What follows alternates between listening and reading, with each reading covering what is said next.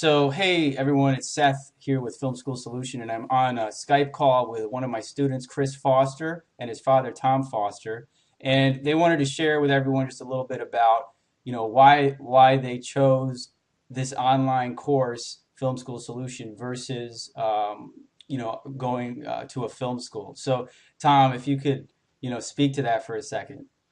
Yeah, so I guess for the last year, Chris is a senior in high school right now, and he was looking at Full Sail University to go to film school. He wants to be a director. So what we were looking at was, we actually went down there actually to Florida and went to the film school. It's rated really highly, top 5 in the country or whatever.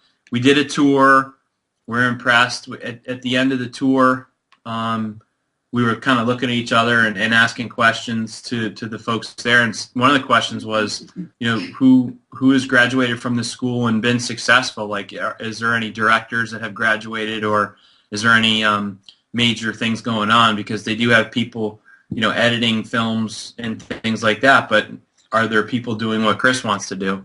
And so what did they tell us?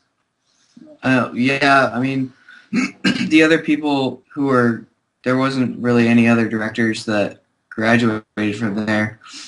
And when I asked one of my counselors about the curriculum, they just kind of said, everyone's gonna make a proposal, like a pitch for their movie proposal, but it's just a short film. It's like a 10-minute film, and if the teacher picks your movie idea, then you get to make it. But if they don't, then you have to help out on other people's movies, which, I already know how to make short films. I've been making short films for a couple years now, and, why go to film school and learn how to make short films when I already know how to do that, if I even get to make my short film? He's already making short films, so that's a lot of money to spend, to have him do what he already does in the basement. Well, they have like a group of people there that are supposed to kind of help you find a job in the film industry. They never really said anything about kind of being a director, but like you said in the webinar, how a lot of people think that you can get a job, some small job, below the line somewhere, and work your way up to being a director, when that doesn't really happen in reality. You just stay at that same job. Is he going to graduate after spending $80,000 holding a microphone for some famous person? That's like, how is that the dream? That's not the dream. And like what you said about like following other people, if you look at other people, they made a movie, they made a good movie, and then they made another good movie until they were directing bigger movies with a budget.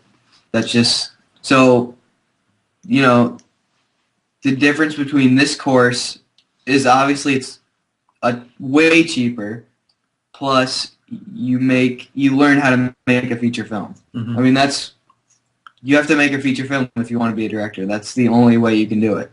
The other thing, Seth, that was really interesting was that when you think about if you're going to be in a classroom all the time versus like really learning from someone who's already been to film school and realize what we are realizing early, that's much better.